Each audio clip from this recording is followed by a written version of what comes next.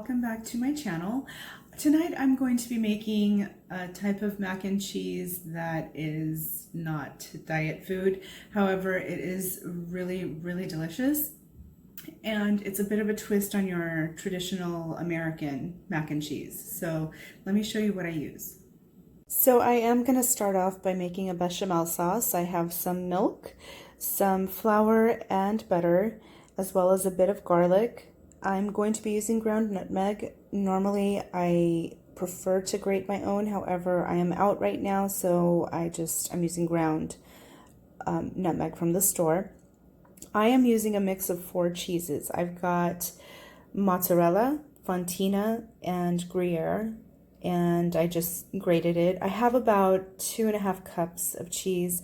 Not quite sure if I'll use it all, or I'll have to see how my sauce goes. I also have a few slices of pancetta here that I'm going to be rendering and reserving to combine with everything before putting it in the oven. I also have a cauliflower that I will be steaming until fairly tender, and that will also be incorporated into the sauce with the pasta. For the noodles, I'm going to be using rigatoni. And then to top it off before baking, I have a mix of parmesan and panko breadcrumbs, so that'll just make the top a bit crisp. So I have about 1 inch of water boiling or simmering in a pan. I'm going to just place my cauliflower whole and cover it and let that steam. I do want it tender. I don't want it overcooked because it will continue to cook when it goes in the oven. So with the pancetta, I'm basically just cooking it a little bit to get it a little crisp, and it will get incorporated with the rigatoni and the sauce later on. I like it because it's nice to get a bite that's on the saltier side. If you can't find pancetta, you can use prosciutto for this, but when you get it at the deli, just ask them to cut it on a thicker slice. I would say close to 1/4 inch. This way it'll just be easier to slice up and also fry up. After I've rendered the pancetta, I drain it on a paper towel so that it's not so greasy. And I'm also going to start warming up my milk. So most people, for a bechamel, they will probably use all whole milk. I've done it with 2% and it comes out fine. Tonight I'm going to be doing half and half. So half whole milk, half 2% milk, and with all the cheese and everything else going on, it should be fine. Now for the cauliflower, what you're looking for is when you take your knife and basically poke it into the center, that there isn't too much resistance, and then it's done. A note about cauliflower steaming it this way: if you want to just make it as a side dish, this is really great. You can just take it out of the water, put it on your serving dish, sprinkle it with salt and some fresh cracked black pepper, and drizzle it with really good olive oil, and it is fantastic. Once the cauliflower has cooled to the point where you can handle it without burning yourself, go ahead and chop it up into relatively small pieces. So I've only cut up half of my cauliflower for now. I'm going to kind of gauge when I put everything together. If I have room to add more, I will add more and cut up part of the other piece, but for now I just did half. If you have some picky eaters that will not eat any vegetable, mash this up. They won't know that it's in there.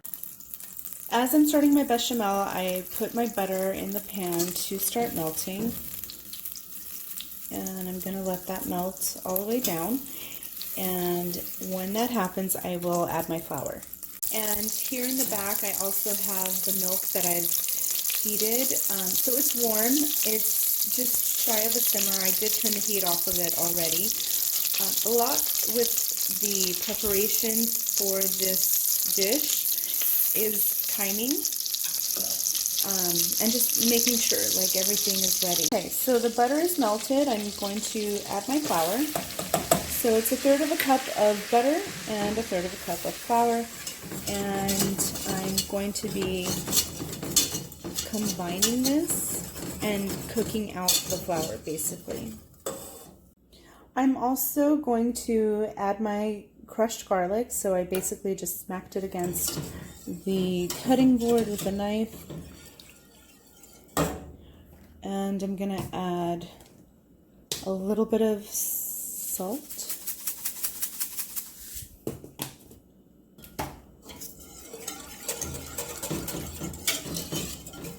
And basically continue to whisk this until it gets thick. And then I'll be adding my cheese and my black pepper. I'm also going to be adding a little bit of nutmeg. Not a lot.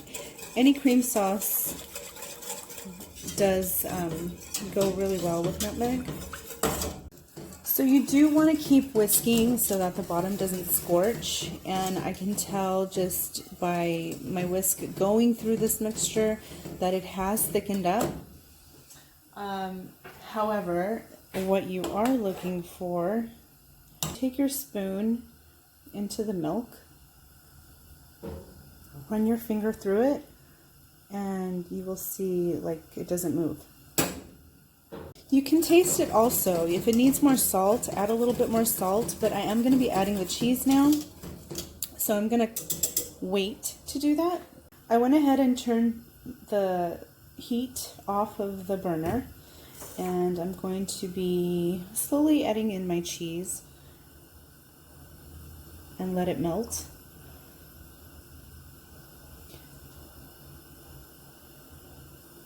And remember, I got 3, so I'm trying to get an even amount of all 3.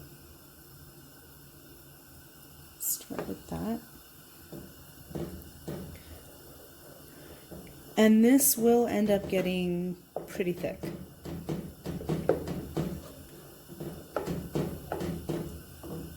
And I'm also going to add some black pepper. There's my pepper.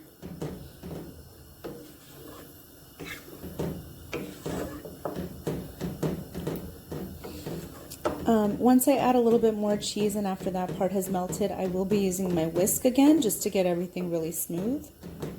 So I've added a little more cheese, and now you can kind of see, like if you're stirring and it kind of stretches, that kind of means that you're good. You just want to mix it really, really well so it's really, really smooth.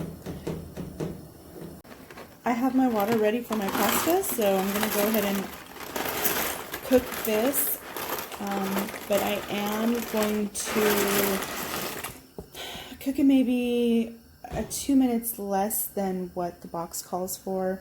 Just I don't like mushy pasta, so I do want this a little bit undercooked.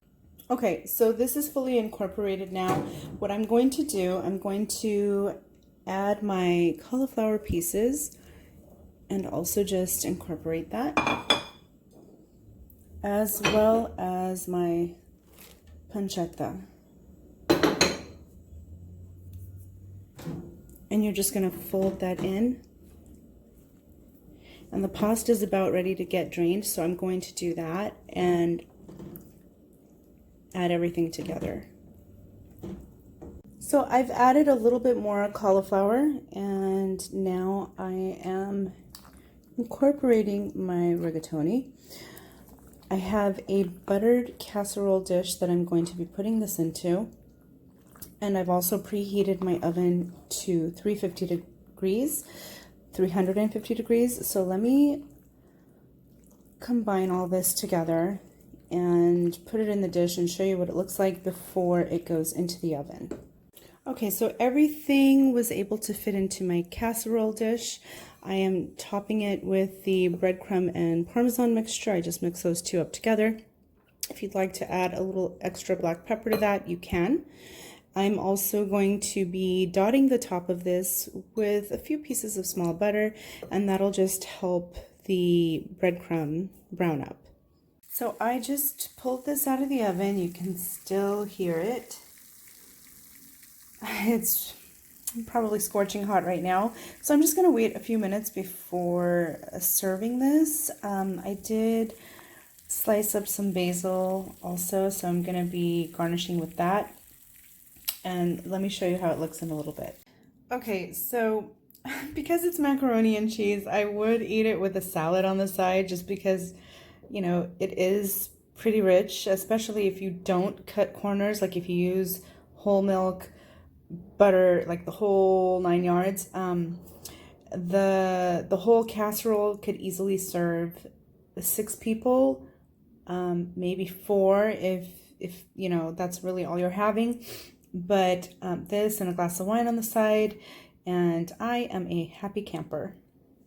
Today I have a special taste tester for the macaroni and cheese. This is my niece Zoe. Hi, my name is Zoe, and I love macaroni and cheese. I eat macaroni and cheese, and it looks so very good. Gonna taste it and see if it's good or not. I give it a thumbs up. A thumbs up? 1 or 2 thumbs up? 100 thumbs up. 100 thumbs up, that's pretty good. Okay. Is it cheesy enough? Yeah? Yeah. Es muy delicioso? Sí. Muy rico? Yeah. Okay, good. I forgot to take out the garlic from the bechamel before I incorporated everything. So when I scooped up a serving for myself, that big piece was actually in there. I don't mind it. I'll eat it, but you know, don't forget to do that.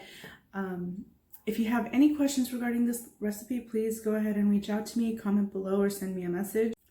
Thank you so much for watching. I hope you enjoyed this recipe. I will have it detailed down below in the description box with measurements, times, etc. This is really good, and I am one of those people to like pick off the crusty top because it's my favorite. But don't forget to like and subscribe to my channel, and I will see you next time. Bye.